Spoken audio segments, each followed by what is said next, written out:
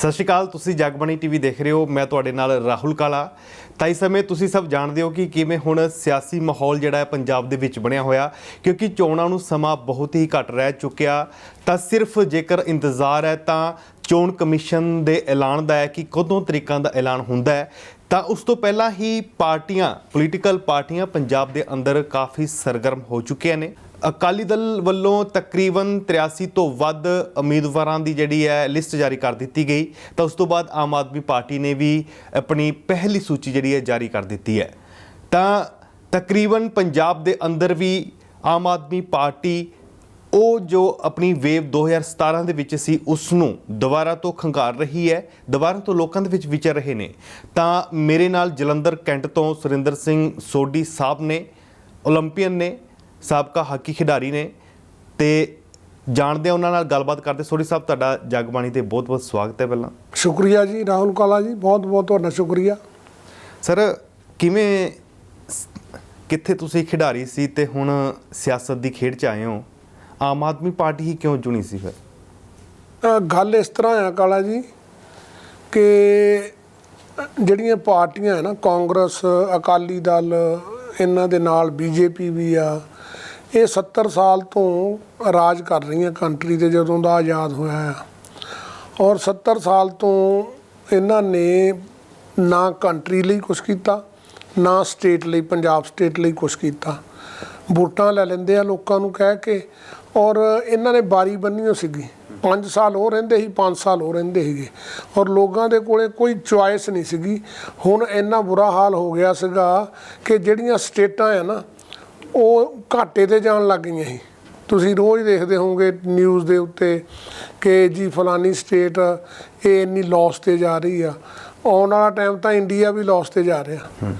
ਮਤਲਬ ਇੱਦਾਂ ਦੀਆਂ ਚੀਜ਼ਾਂ ਜਦੋਂ ਹੋਈਆਂ ਆ, ਅਤੇ ਫਿਰ ਇੱਕ ਅੰਦੋਲਨ ਦਿੱਲੀ ਤੁਸੀਂ ਦੇਖਿਆ ਹੋਇਆ ਸੀਗਾ, ਉਹਦੇ 'ਚੋਂ ਆਮ ਆਦਮੀ ਪਾਰਟੀ ਨੇ ਜਨਮ ਲਿਆ। ਜਦੋਂ ਆਮ ਆਦਮੀ ਪਾਰਟੀ ਬਣੀ ਆ ਅਤੇ ਦਿੱਲੀ ਦੇ ਵਿੱਚ ਜਦੋਂ ਸੱਤਾ 'ਚ ਆਈ ਆ, ਅਤੇ 3 ਵਾਰ ਚੀਫ ਮਿਨਿਸਟਰ ਬਣੇ ਆ ਅਰਵਿੰਦ ਕੇਜਰੀਵਾਲ ਜੀ। ਉਹਨਾਂ ਨੇ ਕੰਮ ਕਰਕੇ ਦੱਸਤਾ ਲੋਕਾਂ ਨੂੰ ਕਿ ਇਹ ਕੰਮ ਜੇ ਕਰਾਂਗੇ ਤਾਂ ਪੈਸੇ ਦੀ ਕਮੀ ਹੈ ਨਹੀਂ ਗੀ। ਔਰ ਇਹ ਪਾਰਟੀਆਂ ਜਿਹੜੀਆਂ ਆ, ਇਹ ਪੰਜਾਬ ਨੂੰ ਖਾ ਰਹੀਆਂ ਆ। ਔਰ ਇਹ ਇੱਥੋਂ ਤੱਕ ਕਿ ਇਹਨਾਂ ਨੇ ਪੰਜਾਬ ਦੇ ਪਿੰਡੇ 'ਤੇ ਮਾਸ ਨਹੀਂ ਛੱਡਿਆ। ਜੋ ਕੁਛ ਵੀ ਤੁਸੀਂ ਦੇਖਦੇ ਆ ਰੋਜ਼, ਆਮ ਆਦਮੀ ਪਾਰਟੀ ਜਿਹੜੀ ਆ ਉਹ ਚੀਜ਼ਾਂ ਨੂੰ ਦੇਖਦੀ ਰਹਿੰਦੀ ਆ। ਔਰ ਪਾਰਟੀਆਂ ਜਿਹੜੀਆਂ ਕਾਂਗਰਸ, ਅਕਾਲੀ ਦਲ ਆ, ਇਹਨਾਂ ਦਾ ਸੇਮ ਏਜੰਡਾ ਆ ਕਿ ਆਪਣਾ ਸੱਤਾ 'ਚ ਆਓ ਅਤੇ ਕਿਸ ਤਰ੍ਹਾਂ ਪੈਸਾ ਇਕੱਠਾ ਕਰਨਾ, 2 ਨੰਬਰ ਦੇ ਵਿੱਚ ਕਿੱਦਾਂ ਕੰਮ ਕਰਨੇ ਆ। ਇਹ ਸਾਰੀਆਂ ਚੀਜ਼ਾਂ ਇਹ ਪਾਰਟੀਆਂ ਕਰਦੀਆਂ ਅਤੇ ਲੋਕ ਇੰਨੇ ਪਰੇਸ਼ਾਨ ਹੋ ਚੁੱਕੇ ਆ। ਉਹ ਤੀਸਰਾ ਬਦਲ ਲੱਭਦੇ ਆ, ਔਰ ਉਹ ਤੀਸਰਾ ਬਦਲ ਜਿਹੜਾ ਲੋਕਾਂ ਦਾ ਆ ਉਹ ਹੈਗੀ ਆਮ ਆਦਮੀ ਪਾਰਟੀ। ਉਹਦਾ ਰੀਜ਼ਨ ਇਹ ਆ ਕਿ ਆਮ ਆਦਮੀ ਪਾਰਟੀ ਨੇ ਦਿੱਲੀ ਦੇ ਵਿੱਚ ਕੰਮ ਕਰਕੇ ਦਿਖਾਇਆ ਲੋਕਾਂ ਨੂੰ। ਜਦੋਂ ਕੰਮ ਹੋਇਆ ਅਤੇ ਤੁਸੀਂ ਦੇਖਿਆ ਹੋਊਗਾ, ਹੁਣ ਜਿਹੜੀ ਪਿੱਛੇ ਇਲੈਕਸ਼ਨ ਹੋਈ ਸੀਗੀ ਦਿੱਲੀ ਦੇ ਵਿੱਚ, ਪ੍ਰਾਈਮ ਮਿਨਿਸਟਰ ਮੋਦੀ ਨੇ ਪੂਰਾ ਜ਼ੋਰ ਲਾ ਲਿਆ ਸੀ, ਪੂਰੀ ਮਿਨਿਸਟਰੀ ਉੱਥੇ ਬਿਠਾਤੀ ਸੀਗੀ ਦਿੱਲੀ ਦੀ ਕਿ ਦਿੱਲੀ ਦੇ ਵਿੱਚ ਸਰਕਾਰ ਜਿਹੜੀ ਆ ਉਹ ਆਮ ਆਦਮੀ ਪਾਰਟੀ ਤੋਂ ਖੋਈ ਜਾਏ ਔਰ ਉੱਥੇ ਕਬਜ਼ਾ ਬੀਜੇਪੀ ਦਾ ਕੀਤਾ ਜਾਏ। ਲੇਕਿਨ ਲੋਕਾਂ ਨੇ ਕੰਮ 'ਤੇ ਵੋਟ ਪਾਇਆ। ਉਹਨਾਂ ਨੇ ਦੇਖਿਆ ਕਿ ਆਮ ਆਦਮੀ ਪਾਰਟੀ ਨੇ, ਕੇਜਰੀਵਾਲ ਸਾਹਿਬ ਨੇ ਬਹੁਤ ਅੱਛਾ ਕੰਮ ਕੀਤਾ ਦਿੱਲੀ 'ਚ, ਔਰ ਲੋਕਾਂ ਨੇ ਉਸ ਕੰਮ ਦੇ ਉੱਤੇ ਮੋਹਰ ਲਾਈ ਔਰ ਤੀਸਰੀ ਵਾਰੀ ਉਹਨਾਂ ਨੂੰ ਚੀਫ ਮਿਨਿਸਟਰ ਬਣਾਇਆ। ਇਹਨਾਂ ਚੀਜ਼ਾਂ ਸਾਰੀਆਂ ਨੂੰ ਦੇਖਦੇ ਹੋਏ ਜਦੋਂ ਸਾਨੂੰ ਇਹ ਅਪਰੋਚ ਕੀਤਾ, ਸਾਨੂੰ ਵੀ ਅੱਛਾ ਲੱਗਾ ਕਿ ਇਸ ਪਾਰਟੀ 'ਚ ਜਾ ਕੇ ਲੋਕਾਂ ਦੀ ਕਿਸ ਤਰ੍ਹਾਂ ਆਪਾਂ ਸੇਵਾ ਕਰ ਸਕਦੇ ਹਾਂ ਉਹ ਕਰੀਏ, ਅਤੇ ਜਿਹੜੀਆਂ ਚੀਜ਼ਾਂ ਦੇ ਵਿੱਚ ਲੋਕ ਫਸੇ ਬੈਠੇ ਆ ਉਹ ਚੀਜ਼ਾਂ ਉਹਨਾਂ ਤੋਂ ਲੋਕਾਂ ਨੂੰ ਛੁਟਕਾਰਾ ਦਿਵਾਇਆ ਜਾਏ ਔਰ ਲੋਕਾਂ ਨੂੰ ਇੱਕ ਰਾਹਤ ਦਿੱਤੀ ਜਾਏ ਤਾਂ ਕਿ ਲੋਕ ਚੰਗੀ ਐਡਮਿਨਿਸਟ੍ਰੇਸ਼ਨ ਅਤੇ ਚੰਗਾ ਪ੍ਰਸ਼ਾਸਨ ਲੈ ਸਕਣ। ਪਰ ਦੇਖਿਆ ਜਾਵੇ ਤਾਂ ਜਲੰਧਰ ਕੈਂਟ ਜਿਹੜਾ ਸੀਟ ਹੈਗੀ ਹੈ, ਕਾਂਗਰਸ ਦੀ ਸਭ ਤੋਂ ਮਜ਼ਬੂਤ ਸੀਟ ਮੰਨੀ ਜਾਂਦੀ ਹੈ, ਕਿਉਂਕਿ ਪ੍ਰਗਟ ਸਿੰਘ ਹੋਰੀ ਜਿਹੜੇ ਹੈ ਮੌਜੂਦਾ ਕੈਬਨਿਟ ਦੇ ਵਿੱਚ ਨੇ। ਔਰ ਲੋਕਾਂ ਦੇ ਸਪੋਰਟਸ ਨੀਤੀ ਨੂੰ ਲੈ ਕੇ ਵੀ ਕਾਫੀ ਜਿਹੜਾ ਹੈ ਲੋਕਾਂ ਦੇ ਵਿੱਚ ਵਿਚਰ ਵੀ ਰਹੇ ਨੇ। ਔਰ ਦੂਸਰੇ ਪਾਸੇ ਅਕਾਲੀ ਦਲ ਵੀ ਮਜ਼ਬੂਤ ਧੜਾ ਇੱਕ ਹੈਗਾ ਹੈ ਜਲੰਧਰ ਕੈਂਟ ਦੇ ਅੰਦਰ। ਤਾਂ ਆਮ ਆਦਮੀ ਪਾਰਟੀ ਦੇ ਉੱਪਰ ਲੋਕ ਵਿਸ਼ਵਾਸ ਕਿਉਂ ਕਰਨ, ਕਿਵੇਂ ਕਰਨਗੇ? ਔਰ ਮੈਨੂੰ ਵੀ ਇਹ ਲੱਗਦਾ ਹੈ ਕਿ ਇੱਕ ਹੋਰ ਮੈਂ ਨਾਲ ਜੋੜਨਾ ਚਾਹੁੰਦਾ ਕਿ ਸ਼ਾਇਦ ਆਮ ਆਦਮੀ ਪਾਰਟੀ ਔਰ ਕਾਂਗਰਸ ਦੇ ਵਿਚਾਲੇ ਪਹਿਲੀ ਸੀਟ ਹੈ ਜਿੱਥੋਂ ਦੋਵੇਂ ਕੈਂਡੀਡੇਟ ਜਿਹੜੇ ਹੈਗੇ ਨੇ ਬਰਾਬਰ ਦੇ ਨੇ। ਸਾਬਕਾ ਹਾਕੀ ਖਿਡਾਰੀ ਤੁਸੀਂ ਵੀ ਹੋ, ਪ੍ਰਗਟ ਸਿੰਘ ਵੀ ਹੋ, ਤਾਂ ਹੁਣ ਆਮ ਆਦਮੀ ਪਾਰਟੀ ਤੇ ਹੀ ਲੋਕ ਕਿਵੇਂ ਵਿਸ਼ਵਾਸ ਕਰਨਗੇ, ਕਿਉਂ ਵਿਸ਼ਵਾਸ ਕਰਨਗੇ? ਪ੍ਰਗਟ ਸਿੰਘ ਨੂੰ 10 ਸਾਲ ਹੋ ਗਏ ਐਮਐਲਏ ਬਣੇ ਨੂੰ। ਪਹਿਲੇ 5 ਸਾਲ ਕੁਝ ਨਹੀਂ ਕੀਤਾ। ਅਕਾਲੀਆਂ ਦੇ ਨਾਲ ਰੌਲਾ ਪਾ ਕੇ ਕਿ ਮੇਰੇ ਕੋਈ ਇੱਕ ਮੁੱਦਾ ਬਣਾ ਕੇ ਡੰਪਦਾ, ਉਹਨੇ ਛੱਡਤੀ ਅਕਾਲੀ ਦਲ। ਜਿਸ ਪਾਰਟੀ ਨੇ ਉਹਨੂੰ ਟਿਕਟ ਦਿੱਤੀ ਸੀਗੀ, ਜਿਸ ਪਾਰਟੀ ਨੇ ਉਸ ਨੂੰ ਇੱਕ ਚੰਗੀ ਟਿਕਟ ਦੇ ਕੇ ਆਪਣੇ ਕੋਲੋਂ ਔਰ ਉਹਦੀ ਪੂਰੀ ਸਪੋਰਟ ਕਰਕੇ ਐਮਐਲਏ ਬਣਾਇਆ ਹੈਗਾ, ਜਿਹੜਾ ਬੰਦਾ ਉਸ ਪਾਰਟੀ ਦਾ ਨਹੀਂ ਰਹਿ ਸਕਿਆ, ਫਿਰ ਉਹਨੇ ਕਾਂਗਰਸ 'ਚ ਆਏ। ਕਾਂਗਰਸ 'ਚ ਆ ਕੇ ਕੁਛ ਨਹੀਂ ਕੀਤਾ। ਅੱਜ ਵੀ ਤੁਸੀਂ ਜਿਸ ਤਰ੍ਹਾਂ ਕਹਿੰਦੇ ਨਾ ਕੰਮ ਕੀਤਾ, ਮੈਨੂੰ ਤੁਸੀਂ ਦੱਸੋ ਕਿ ਕਿਹੜਾ ਕੰਮ ਕੀਤਾ, ਉਹ ਚੀਜ਼ ਗਿਣਾਓ ਮੈਨੂੰ ਤੁਸੀਂ। ਜਿਹੜੀ ਤੁਹਾਡੀ ਸਟੇਟਮੈਂਟ ਆ ਜੀ ਪ੍ਰਗਟ ਸਿੰਘ ਬਹੁਤ ਅੱਛਾ ਕੰਮ ਕੀਤਾ, ਇੱਕ ਵੀ ਮੈਨੂੰ ਕੰਮ ਗਿਣਾ ਦਿਓ 10 ਸਾਲਾਂ ਦੇ ਵਿੱਚ। ਪੋਸਟਰ ਤੁਹਾਡੇ ਹਲਕੇ 'ਚ ਲੱਗੇ ਹੋਏ ਨੇ, ਕਿੱਟਾਂ ਦਿੱਤੀਆਂ ਜਾ ਰਹੀਆਂ ਆ, ਫਿਰ ਅਧਿਆਪਕਾਂ ਦੀਆਂ ਜਿਹੜੀਆਂ ਗੱਲਾਂ ਸੁਣੀਆਂ ਜਾ ਰਹੀਆਂ, ਉਹਨਾਂ ਦੀ ਮੰਗਾਂ ਪੂਰੀਆਂ ਕੀਤੀਆਂ ਜਾ ਰਹੀਆਂ। ਹੁਣ ਪਿੱਛੇ ਜੀ 36,000 ਜਿਹੜੇ ਮੁਲਾਜ਼ਮ ਪ੍ਰਾਈਵੇਟ ਨੇ ਉਹ ਵੀ ਕਹਿੰਦੇ ਪੱਕੇ ਕਰ ਰਹੇ ਹਾਂ ਅਸੀਂ। ਉਹ ਤਾਂ ਦੂਸਰੇ ਡਿਪਾਰਟਮੈਂਟਾਂ ਦੇ ਆ ਨਾ, ਉਹ ਕੋਈ ਕਾਂਗਰਸ ਦੇ ਇਸ ਪ੍ਰਗਟ ਸਿੰਘ ਦੇ ਡਿਪਾਰਟਮੈਂਟ ਦੇ ਬੰਦੇ ਨਹੀਂਗੇ ਜਿਹੜੇ ਪੱਕੇ ਕੀਤੇ ਜਾ ਰਹੇ, ਉਹ ਅਲੱਗ-ਅਲੱਗ ਮਹਿਕਮਿਆਂ ਦੇ ਬੰਦੇ ਆ। ਨੰਬਰ 2, ਜਿਹੜੀਆਂ ਕਿੱਟਾਂ ਵੰਡੀਆਂ ਜਾ ਰਹੀਆਂ ਆ ਉਹ ਆਪਣੇ ਜੇਬ 'ਚੋਂ ਨਹੀਂ ਵੰਡ ਰਿਹਾ, ਉਹ ਸਰਕਾਰੀ ਪੈਸਾ ਹੈ। ਜਿਹੜੀਆਂ 10 ਸਾਲ ਪਹਿਲਾਂ ਵੀ ਵੰਡ ਹੋਣੀਆਂ ਚਾਹੀਦੀਆਂ ਸੀ, ਪਹਿਲਾਂ ਵੀ ਕਦੇ ਨਹੀਂ ਉਹਨਾਂ ਨੇ ਵੰਡੀਆਂ। ਔਰ ਮੈਂ ਇੱਕ ਇਹ ਚੀਜ਼ ਦੇਖੀ ਆ ਕਿ ਸਰਕਾਰੀ ਪੈਸੇ ਨੂੰ ਖਰਚ ਕਰਕੇ ਲੋਕਾਂ ਦੇ ਵਿੱਚ ਵੰਡ ਕੇ ਉਹ ਇਹ ਦੱਸਦੇ ਸੀ ਇਹ ਕੰਮ ਕਰ ਰਹੇ ਆ। ਇਹ ਕੰਮ ਥੋੜ੍ਹਾ ਹੈ, ਇਹ ਉਹਨਾਂ ਦੀ ਡਿਊਟੀ ਆ। ਉਹ ਆਪਣੀ ਡਿਊਟੀ ਦੇ ਵਿੱਚ ਨਾਕਾਮ ਰਹੇ ਸੀਗੇ 9 ਸਾਲ। ਆਹ 2-3 ਮਹੀਨੇ ਹੁਣ ਜੇ ਆ ਕੇ ਤੁਸੀਂ ਕਿੱਟਾਂ ਦੇ ਕੇ ਹੀ ਐਮਐਲਏ ਦੇ ਲਈ ਸੀਟ ਮੰਗਣੀ ਆ, ਤੇ ਫਿਰ ਇਹ ਕੰਮ ਨਹੀਂ ਗਾ ਗਿਣਿਆ ਜਾਂਦਾ। ਕੰਮ ਹੁੰਦਾ ਡਿਵੈਲਪਮੈਂਟ ਕੀ ਕੀਤੀ ਤੁਸੀਂ ਇਲਾਕੇ ਦੇ ਵਿੱਚ, ਕਿਹੜੀਆਂ ਚੀਜ਼ਾਂ ਤੁਸੀਂ ਕੀਤੀਆਂ। ਔਰ ਇੱਕ ਸਪੋਰਟਸਮੈਨਾਂ ਨੂੰ ਕਿੱਟ ਤਾਂ ਇੱਥੇ ਐਨਆਰਆਈ ਵੀ ਆ ਕੇ ਦੇ ਦਿੰਦੇ ਆ, ਕਿੱਟ ਦੇ ਅਸੀਂ ਕਈ ਥਾਵਾਂ 'ਤੇ ਦੇ ਜਾਂਦੇ ਹਾਂ ਜਾ ਕੇ, ਲੇਕਿਨ ਇਹ ਤਾਂ ਸਰਕਾਰੀ ਪੈਸੇ ਦੀਆਂ ਕਿੱਟਾਂ ਦੇ ਰਹੇ ਆ ਤੁਸੀਂ। ਸਰਕਾਰੀ ਸਪੋਰਟਸ ਡਿਪਾਰਟਮੈਂਟ ਦਾ ਜਿਹੜਾ ਪੈਸਾ ਆ ਉਹ ਵੀ ਸਿਰਫ ਜਿਹੜੇ ਸਾਡੇ ਵਿੰਗ ਆ, ਵਿੰਗਸ ਨੂੰ ਇਹ ਕਿੱਟਾਂ ਦਿੰਦੇ ਆ, ਜਾਂ ਕੁਛ ਪੈਸਾ ਵਿੱਚੋਂ ਕੱਢ ਕੇ ਕਿਸੇ 1-2 ਪਿੰਡਾਂ ਦੀਆਂ ਕਲੱਬਾਂ ਨੂੰ ਪੈਸਾ ਦੇ ਦੇਣਗੇ। ਉਹ ਸਿਰਫ ਆਹ ਕਿਉਂ ਦੇ ਰਹੇ ਆ ਇਸ 3 ਮਹੀਨਿਆਂ ਦੇ ਵਿੱਚ? ਇਹ ਸਿਰਫ ਵੋਟਾਂ ਦੇ ਲਈ। ਪਿੱਛੇ ਕਦੇ ਦਿੱਤੀਆਂ? ਔਰ ਉਹ ਜਿਹੜੀਆਂ ਦਿੱਤੀਆਂ ਤੇ ਉਹ ਕਿੱਥੇ ਗਈਆਂ? ਕੀ ਉਹਨਾਂ ਦਾ ਯੂਜ਼ ਹੋਇਆ? ਮੈਂ ਤਾਂ ਸਮਝਿਆ ਨਹੀਂ ਕਿ 10 ਸਾਲਾਂ 'ਚ ਕੋਈ ਇਸ ਤਰ੍ਹਾਂ ਦੀ ਸਾਡੇ ਤੋਂ ਪਾਵਰ ਜਿਹੜੀ ਹੁਣ ਮਿਲੀ ਨਾ ਉਹਨਾਂ ਨੂੰ। ਨਹੀਂ, ਇਹਦਾ ਮਤਲਬ ਇਹ ਕਿ 117 ਐਮਐਲਏ ਬਣਦੇ ਆ, ਉਹਦੇ ਵਿੱਚੋਂ 17 ਮਿਨਿਸਟਰ ਬਣਦੇ ਆ, ਤੇ ਬਾਕੀ ਐਮਐਲਏ ਤੇ ਫਿਰ ਖਤਮ ਆ, ਫਿਰ ਉਹ ਤਾਂ ਕੰਮ ਹੀ ਨਹੀਂ ਚੱਲੂਗਾ। ਐਮਐਲਏ ਨੇ ਕੰਮ ਕਰਵਾਉਣੇ ਆ, ਫਿਰ 100 ਐਮਐਲਏ ਤਾਂ ਸਾਰਿਆਂ ਦਾ ਖਤਮ ਹੋ ਜਾਣਾ ਚਾਹੀਦਾ। ਇੱਕ ਪਾਵਰ ਜਿਨ੍ਹਾਂ ਕੋਲ ਮਿਨਿਸਟਰਾਂ ਕੋਲ ਆ, ਫਿਰ ਤਾਂ ਉਹਨਾਂ ਦੇ ਕੰਮ ਹੋਣੇ ਚਾਹੀਦੇ ਆ। ਇੱਦਾਂ ਥੋੜ੍ਹਾ ਹੁੰਦਾ ਆ। ਕੈਪਟਨ ਕਾਂਗਰਸ ਦੀ ਸਰਕਾਰ ਜਦੋਂ ਬਣ ਗਈ ਆ, ਇੱਕ ਉਹਨਾਂ ਦੀ ਐਸੀ ਅੰਡਰਸਟੈਂਡਿੰਗ ਹੋਣੀ ਚਾਹੀਦੀ ਆ ਕਿ ਉਹ ਆਪਣੇ ਇਲਾਕੇ ਦੇ ਵੈਲਿਡ ਜਿਹੜੇ ਕੰਮ ਆ, ਜ਼ਰੂਰੀ ਕੰਮ ਹੋਣੇ ਚਾਹੀਦੇ ਆ, ਉਹ ਤਾਂ ਪੂਰੇ ਪੰਜਾਬ ਦੇ ਹੋਣੇ ਆ। 17 ਐਮਐਲਏਆਂ ਨੂੰ ਤਾਂ ਇਕੱਲਿਆਂ ਨੂੰ ਪਾਵਰ ਨਹੀਂ ਹੈਗੀ। ਉਹ ਆਪਣੀ ਜਾ ਕੇ ਕੈਬਨਿਟ ਦੇ ਵਿੱਚ ਆਪਣੇ ਸੀਐਮ ਦੇ ਕੋਲੇ, ਉਹਨਾਂ ਦੇ ਕੋਲੇ ਗੱਲ ਰੱਖਣ। ਇਹਦਾ ਮਤਲਬ ਤਾਂ ਇਹ ਹੋ ਗਿਆ ਜੇ ਤੁਸੀਂ ਮੈਨੂੰ ਮਿਨਿਸਟਰ ਬਣਾ ਦੋਗੇ ਮੈਂ ਕੰਮ ਕਰੂੰਗਾ, ਜੇ ਤੁਸੀਂ ਮੈਨੂੰ ਮਿਨਿਸਟਰ ਨਹੀਂ ਬਣਾ ਦੇ ਤੇ 15 ਸਾਲ ਲੰਘ ਜਾਣ ਮੈਂ ਕਹੂੰਗਾ ਮੈਨੂੰ ਤਾਂ ਫਿਰ ਤਾਂ ਜਿਹਨੇ ਵੋਟ ਪਾਈ ਆ ਉਹ ਬੰਦੇ ਬੇਵਕੂਫ ਨਿਕਲੇ ਕਿ ਅਸੀਂ ਇਹਨੂੰ ਦੂਜੀ ਵਾਰੀ ਐਮਐਲਏ ਬਣਾਉਂਦੇ ਆ। ਇਹ ਤਾਂ ਕੰਮ ਤੁਸੀਂ ਜਿਹੜੇ ਕਈ ਐਮਐਲਏ ਬਣਦੇ ਹੀ ਨਹੀਂ ਮਿਨਿਸਟਰ, ਕਈ ਵਾਰੀ ਐਮਐਲਏ ਜਿੱਤਦੇ ਆ, ਲੇਕਿਨ ਉਹ ਕੰਮ ਕਰਾਉਂਦੇ ਆ। ਉਹ ਕਿੱਦਾਂ ਕਰਾਉਣਾ ਕੰਮ ਉਹਨਾਂ ਨੂੰ ਪਤਾ ਹੋਣਾ ਚਾਹੀਦਾ। ਜੇ ਅਸੀਂ ਕਿਤੇ ਜਾ ਕੇ ਇਹੀ ਰੱਖੀਏ ਕਿ ਮੈਂ ਤਾਂ ਮਿਨਿਸਟਰ ਬਣੂੰਗਾ ਤਾਂ ਕੰਮ ਕਰੂੰਗਾ, ਤੁਸੀਂ ਦੇਖ ਲਿਓ ਹਾਲੇ ਤਾਂ ਬਣੇ ਹੀ ਆ। ਹਾਲੇ ਤਾਂ ਕੰਮ ਕਿੱਟਾਂ ਵੰਡਣਾ ਕੰਮ ਨਹੀਂ ਮੈਂ ਸਮਝਦਾ। ਕੰਮ ਹੈਗਾ ਡਿਵੈਲਪਮੈਂਟ ਕੀ ਕੀਤੀ ਆ, ਇਨਫਰਾਸਟਰਕਚਰ ਕਿਹੜਾ ਲਿਆਂਦਾ ਹੈ ਨਾ, ਉਹ ਕੰਮ ਹੁੰਦੇ ਆ। ਤੇ ਕਿੱਟਾਂ ਵੰਡਣਾ ਤਾਂ ਮੁੱਲ ਦਾ ਲਈਆਂ ਤੇ ਵੰਡਤੀਆਂ, ਇਹ ਤਾਂ ਕੰਮ। ਕੈਪਟਨ ਅਮਰਿੰਦਰ ਸਿੰਘ ਦੀ ਕਾਰਗੁਜ਼ਾਰੀ ਤੇ ਸੀਐਮ ਚੰਨੀ ਦੀ ਕਿਵੇਂ ਦੇਖਦੇ ਹੋ? ਦੋਵਾਂ 'ਚ ਕੀ ਫਰਕ ਹੈ? ਗੱਲ ਇੱਦਾਂ ਆ, ਜਿਹੜੇ ਕੈਪਟਨ ਅਮਰਿੰਦਰ ਸਿੰਘ ਤਾਂ ਵੈਸੇ ਹੀ ਨਿਕਲਦੇ ਨਹੀਂ ਸੀਗੇ। 2 ਸਾਲ ਕਰੋਨਾ ਦੇ ਨਿਕਲ ਗਏ, ਉਹਨਾਂ ਨੂੰ ਲੱਗ ਗਈ ਮੌਜ। ਪਹਿਲਾਂ ਵੀ ਨਹੀਂ ਨਿਕਲਦੇ ਸੀ, ਉਹ ਕਰੋਨਾ ਦੀ ਆੜ 'ਚ ਬੈਠ ਗਏ। ਫਿਰ ਕਰੋਨਾ ਦੇ ਵਿੱਚ ਕੀਤਾ ਕੁਛ ਨਹੀਂ। ਤੇ ਚੰਨੀ ਜੀ ਜਿਹੜੇ ਆ ਉਹ ਆਮ ਆਦਮੀ ਪਾਰਟੀ ਦਾ ਏਜੰਡਾ ਜਿਹੜਾ ਹੈ ਨਾ ਉਹ ਇੰਪਲੀਮੈਂਟ ਕਰ ਰਹੇ ਆ ਕਿ ਲੋਕਾਂ ਦੇ ਵਿੱਚ ਕਾਪੀ ਕਰ ਰਹੇ ਆ। ਤੁਸੀਂ ਦੇਖ ਲਓ ਕਿਵੇਂ, ਮਤਲਬ ਅਸੀਂ ਬਿਜਲੀ ਫ੍ਰੀ ਕਰ ਰਹੇ ਹਾਂ, ਉਹ ਕਹਿੰਦੇ ਸਸਤੀ ਕਰਤੀ। 3 ਰੁਪਏ ਬਿਜਲੀ ਸਸਤੀ ਕਰਨ ਦਾ ਕੀ ਫਾਇਦਾ? ਤੁਸੀਂ ਤੇ ਅਸੀਂ ਤਾਂ ਫ੍ਰੀ ਦੇਣੀ ਆ। ਤੁਸੀਂ ਦਾਵਾ ਕੀਤਾ ਉਹਨਾਂ ਨੇ ਮਾਫ 3 ਰੁਪਏ ਸਸਤੀ ਕਰ। ਨਹੀਂ, ਸਾਡਾ ਦਾਵਾ ਨਹੀਂ, ਸਾਡੀ ਗਰੰਟੀ ਆ। ਤੁਸੀਂ ਦਿੱਲੀ ਦੇ ਵਿੱਚ ਜਾ ਕੇ ਦੇਖੋ 73% ਲੋਕ ਜਿਹੜੇ ਆ ਨਾ ਉਹਨਾਂ ਨੂੰ ਫ੍ਰੀ ਬਿਜਲੀ ਮਿਲਦੀ ਆ। ਔਰ ਅਸੀਂ ਤਾਂ ਦੇ ਰਹੇ ਹਾਂ, ਇਹਨਾਂ ਨੇ ਤਾਂ ਮਾਫ ਕੀਤੀ 3 ਰੁਪਏ ਸਿਰਫ, ਔਰ ਸਭ ਨੂੰ ਜ਼ਿਆਦਾ ਮਹਿੰਗੀ ਬਿਜਲੀ ਆ। ਔਰ ਜਿੰਨੀਆਂ ਵੀ ਚੀਜ਼ਾਂ ਉਹ ਦੇਖ ਕਰ ਰਹੇ ਆ, ਉਹਦੇ ਚੋਂ ਹੁਣ ਅਨਾਉਂਸਮੈਂਟਾਂ ਕਰ ਰਹੇ ਆ। ਉਹ ਜਦੋਂ ਲਾਗੂ ਹੋ ਜਾਊਗੀਆਂ ਫੇਰ ਮੈਨੂੰ ਦੱਸਿਓ, ਹਾਲੇ ਤੱਕ ਲਾਗੂ ਨਹੀਂ ਹੋਈਆਂ। ਉਹਨਾਂ ਨੇ ਪੈਨਸ਼ਨਾਂ ਦੀ ਗੱਲ ਕੀਤੀ ਸੀਗੀ, ਕੈਪਟਨ ਅਮਰਿੰਦਰ ਸਿੰਘ ਨੇ ਕੀਤੀ ਸੀ। ਕੈਪਟਨ ਪੂਰੇ 4-5 ਸਾਲ ਲੰਘ ਗਏ ਸੀਗੇ, ਤੇ ਹੁਣ ਜਾ ਕੇ ਕਿ ਜੀ ਹੁਣ ਇਲੈਕਸ਼ਨ ਦੇ ਟਾਈਮ ਜੋ ਮਰਜ਼ੀ ਕਰੀ ਜਾਓ। ਨਸ਼ਿਆਂ ਦੀ ਗੱਲ ਹੋਈ ਸੀਗੀ, ਹੁਣ ਤੱਕ ਨਹੀਂ ਹੋਇਆ। ਹੁਣ ਇਲੈਕਸ਼ਨ ਆ ਰਹੀ ਆ, ਤੇ ਹੁਣ ਤੁਸੀਂ ਦੇਖੋ ਮੁੱਦਾ ਫੇਰ ਚੱਕ ਲਿਆ। ਇਹ ਕਈ ਇੱਦਾਂ ਦੇ ਮੁੱਦੇ ਆ ਜਿਹੜੇ ਸਿਰਫ ਇਲੈਕਸ਼ਨ ਆਉਣ 'ਤੇ ਚੱਕੇ ਜਾਂਦੇ ਆ, ਉਸ ਤੋਂ ਪਹਿਲਾਂ ਬਾਅਦ ਫੇਰ ਠੰਡੇ ਬਸਤੇ 'ਚ ਪੈ ਜਾਣੇ ਆ, ਔਰ ਜਦੋਂ ਇਲੈਕਸ਼ਨ ਆਣੀ ਆ ਉਹ ਫੇਰ ਚੱਕ ਲੈਣੇ ਆ। ਲੇਕਿਨ ਮੈਂ ਸਮਝਦਾ ਕਿ ਹੁਣ ਲੋਕਾਂ ਨੂੰ ਪਤਾ ਲੱਗ ਚੁੱਕਾ, ਇਹ ਹੁਣ ਲੋਕਾਂ ਨੇ ਇਹ ਵਿਸ਼ਵਾਸ ਨਹੀਂ ਕਰਨਾ। ਸਰਕਾਰ ਤਾਂ ਕਹਿ ਰਹੀ ਹੈ, ਜਿਵੇਂ ਤੁਸੀਂ ਕਿਹਾ ਵੀ ਇਲੈਕਸ਼ਨ ਦੇ ਨੇੜੇ ਹੈ, ਪਰ ਚੰਨੀ ਸਰਕਾਰ ਇਹ ਦਾਅਵਾ ਕਰ ਰਹੀ ਹੈ, ਉਹਨਾਂ ਦੇ ਮੰਤਰੀ, ਕੈਬਨਿਟ ਮੰਤਰੀ ਜਾਂ ਫਿਰ ਡਿਪਟੀ ਸੀਐਮ ਹੁਣ, ਉਹ ਕਹਿੰਦੇ ਵੀ ਸਾਡੇ ਕੋਲ ਹੁਣ ਪਾਵਰ ਆਈ ਹੈ, ਪਹਿਲਾਂ ਸਾਡੇ ਕੋਲ ਪਾਵਰ ਨਹੀਂ ਸੀ। ਕੈਪਟਨ ਅਮਰਿੰਦਰ ਸਿੰਘ ਦੇ ਹੀ ਉੱਪਰ ਸਾਰਾ ਭਾਂਡਾ ਫੋੜ ਰਹੇ ਨੇ ਕਿ ਸਾਡੇ ਤੋਂ ਹੁਣ ਪਾਵਰ ਆਈ ਹੈ, ਅਸੀਂ ਜਿੰਨਾ ਸਾਡੇ ਤੋਂ ਸਮਾਂ ਘੱਟ ਹੈ, ਉਹ ਚਾਹੇ ਰਾਜਾ ਵੜਿੰਗ ਹੋਵੇ, ਚਾਹੇ ਸੁਖਜਿੰਦਰ ਰੰਧਾਵਾ ਹੋਰੀ ਹੋਣ, ਜਾਂ ਫਿਰ ਸੀਐਮ ਚੰਨੀ ਹੋਵੇ, ਜਾਂ ਪ੍ਰਗਟ ਸਿੰਘ ਹੋਣੀ ਹੋਵੇ, ਉਹ ਕਹਿ ਰਹੇ ਕਿ ਸਾਡੇ ਤੋਂ ਹੁਣ ਪਾਵਰ ਆਈ ਹੈ, ਅਸੀਂ ਇਹਨਾਂ 3 ਮਹੀਨਿਆਂ ਦੇ ਅੰਦਰ ਅੰਦਰ ਅਸੀਂ ਜਿੰਨਾ ਹੋ ਸਕਦਾ ਹੈ ਕਰ ਰਹੇ ਹਾਂ ਔਰ ਕਰਾਂਗੇ। ਡਿਪਟੀ ਸੀਐਮ ਤਾਂ ਪਹਿਲਾਂ ਵੀ ਮਿਨਿਸਟਰ ਸੀਗੇ, ਦੋਨੋਂ ਹੀ ਡਿਪਟੀ ਸੀਐਮ ਮਿਨਿਸਟਰ ਰਹੇ ਆ। ਉਹਨਾਂ ਨੇ ਉਦੋਂ ਕੀ ਕੀਤਾ? ਉਦੋਂ ਵੀ ਕੋਈ ਕੀਤਾ ਤੇ ਦੱਸ ਦਿਓ। ਮੈਂ ਤਾਂ ਤੁਹਾਨੂੰ ਦੱਸ ਰਿਹਾ, ਹੁਣ ਇਲੈਕਸ਼ਨ ਦਾ ਕੰਮ ਆ। ਇਲੈਕਸ਼ਨ 'ਤੇ ਆ ਕੇ ਤੁਸੀਂ ਦੇਖਿਆ ਹੋਊਗਾ, ਜਦੋਂ 1997 'ਚ ਇਲੈਕਸ਼ਨ ਹੋਈ ਸੀਗੀ, ਇਸ ਤਰ੍ਹਾਂ ਹੀ ਪਹਿਲਾਂ ਸੀਐਮ ਬਦਲ ਦਿੱਤਾ ਗਿਆ ਸੀ, ਕਾਂਗਰਸ ਨੇ ਬਦਲਿਆ ਸੀਗਾ।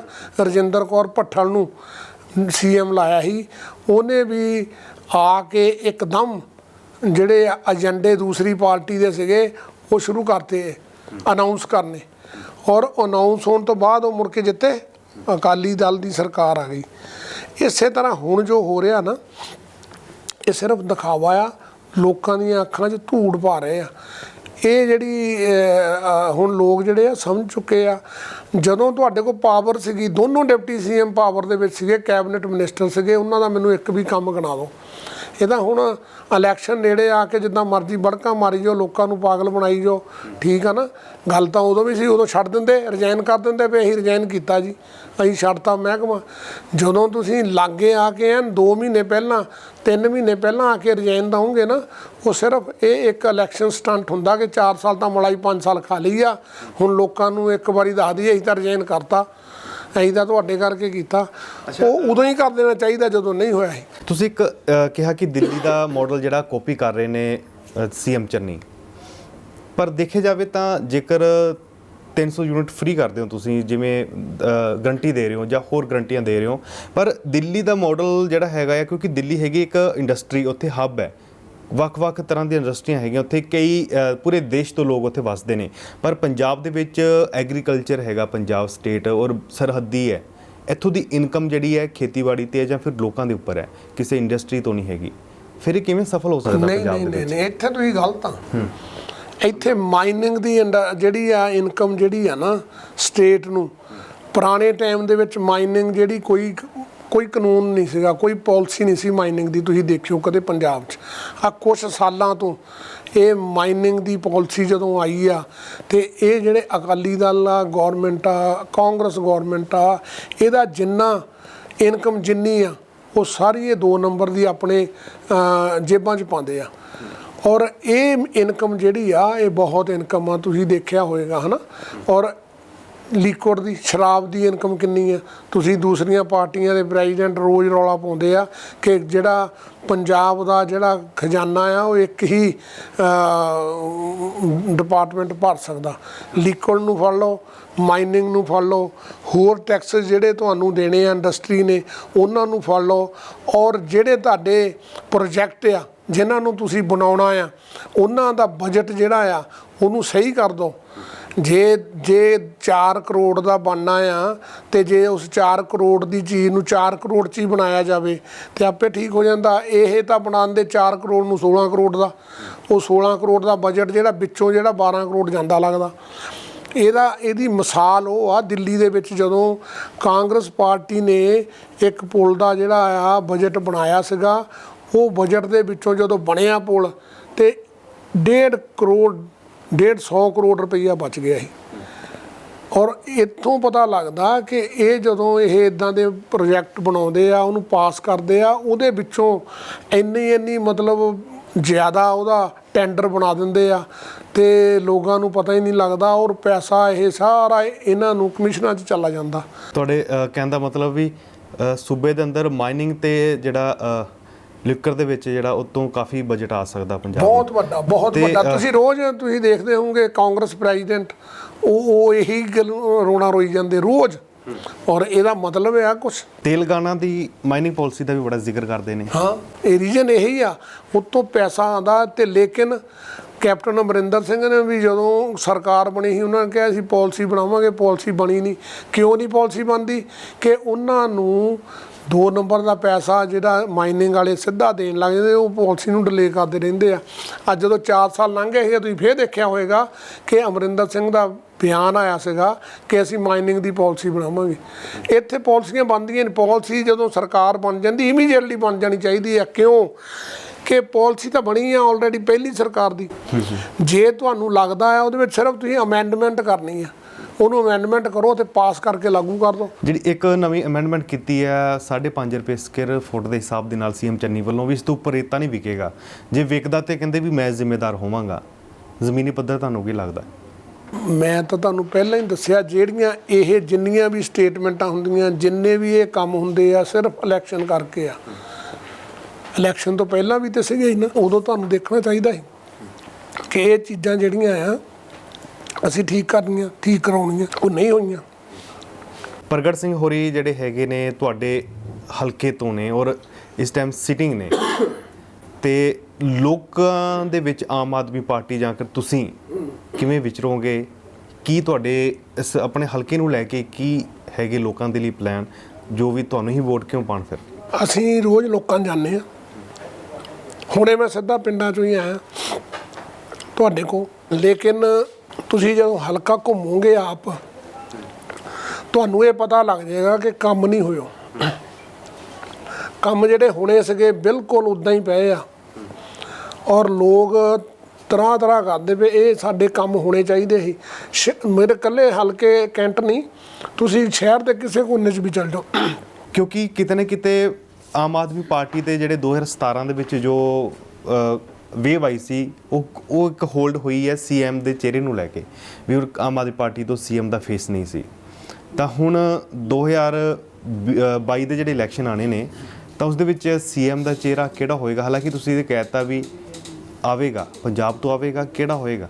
ਨਹੀਂ, ਗੱਲ ਇੱਦਾਂ ਆ ਕਿ ਸਾਰੀਆਂ ਦੋਨੋਂ ਪਾਰਟੀਆਂ ਇਹ ਰੌਲਾ ਪਾਉਂਦੀਆਂ ਕਿ ਆਮ ਆਦਮੀ ਪਾਰਟੀ ਦਾ ਸੀਐਮ ਚਿਹਰਾ ਨਹੀਂਗਾ।